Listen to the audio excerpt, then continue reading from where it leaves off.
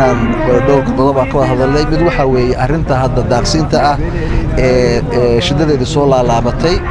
dhacdooyin baa jiray ayaamihii u dambeeyey ka dhacayay dhulkan bariga gaalkacyo ah dadka waxaan u baaqaynaa nabad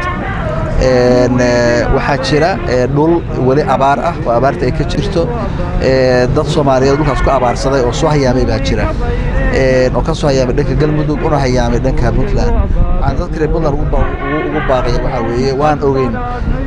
abaarta xanuunka ay lahayd waan ogeyn intii Ilaahay aan baryayna inuu naga qaado haddii Ilaahay anaga naxariisna siiyay oo uu noo naxariistay annaga aan naxariisnaa la ka raba arna marka dadkaas walaalaheena ay soo hayaamay si nabad ah in lagu soo dhaweeyo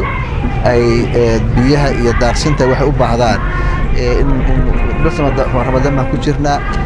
ajar bay leedahay bini'aadanimada nafaraysa walaaltinimada iyo darisnimada ayaa nafaraysa intaas xaq la isku leeyahay marka in la soo dhaweeyo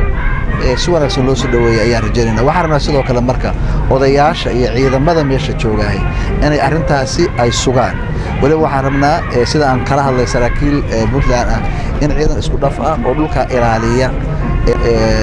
nabadaas ka shaqeeyahay in la sameeyo oo ciddii markaasi shiddo iyo shaqaqa wada gacan bir lagu qabto Soomaaliya hamidowdo Galmudug iyo Puntland waa kuwaas ishii bugtaay ku bikaacso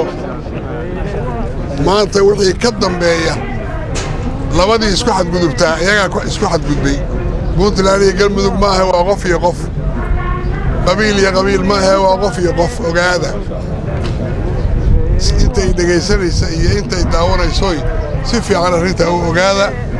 خير يا بركة إلهي نوكيرو توفيق الله نوافجيو سيدك وفرنا بدبدارنا السلام عليكم ورحمة الله وبركاته بدبدارنا بوغيو ودانو نفسي بوغناي بدبدارنا